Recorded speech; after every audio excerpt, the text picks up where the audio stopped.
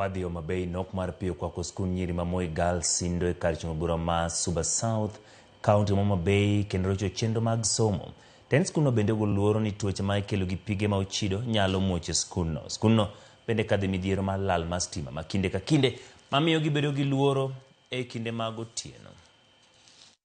Skund nyiri mamoi girls mayudore Sindo e kar chimo bura ma Suba South osebedo gi nok mar pi ma jopuonjre nyalo konyorego kata odoko ni skundno nitie machiegni kod nam Lolwe. Jopuonjre moingo 1,500 e skundni osebedo gi pek mar yudo pi maler ma ginyalo konyorego nyaka ni masin magoyo pi e skundni kowuok e nam Lolwe kethre. Gino machuno mondo giti gi pi matin manokunyo to kotieki gi duol mochune keyo pi e alwora mar nam Lolwe. Chon ne wan gi water pump manwaketo e nam, to nam ne obiro malo kaluwore gi koth manochwe mang'eny ma water pump wano odong' e nam kocha. Then piping manotim be notim e puothe ji, nokotim e road reserve. Koro ji nodhi moketho pipes go, kata ka gigedo to gimuko pipes go.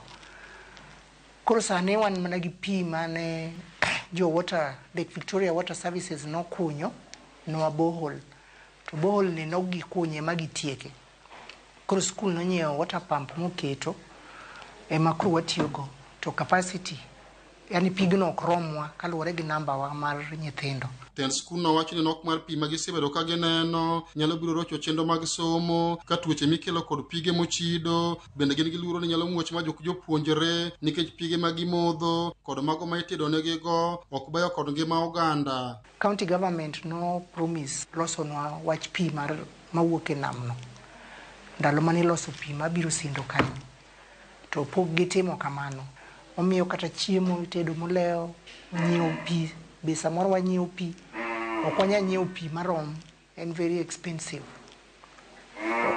Ginene, omiyo kata nyithindo lewo e klas, nyathi ma ok oduokore be ok nyal bedo comfortable kipuonjo.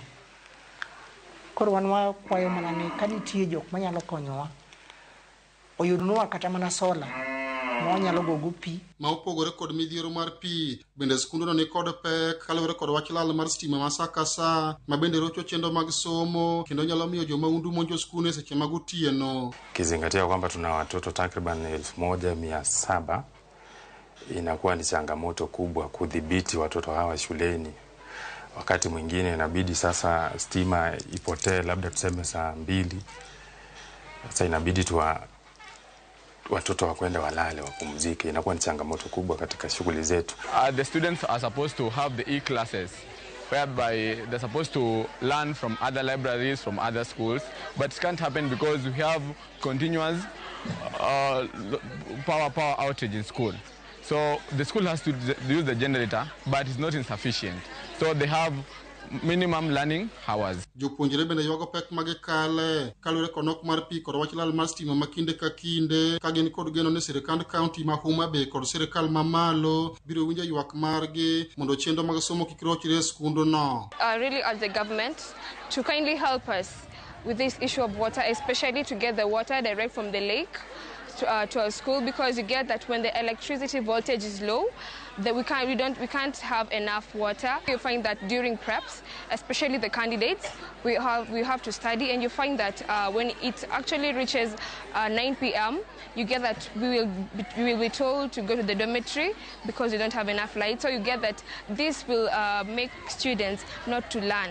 Alia Beach, Ramogi TV, Homa Bay.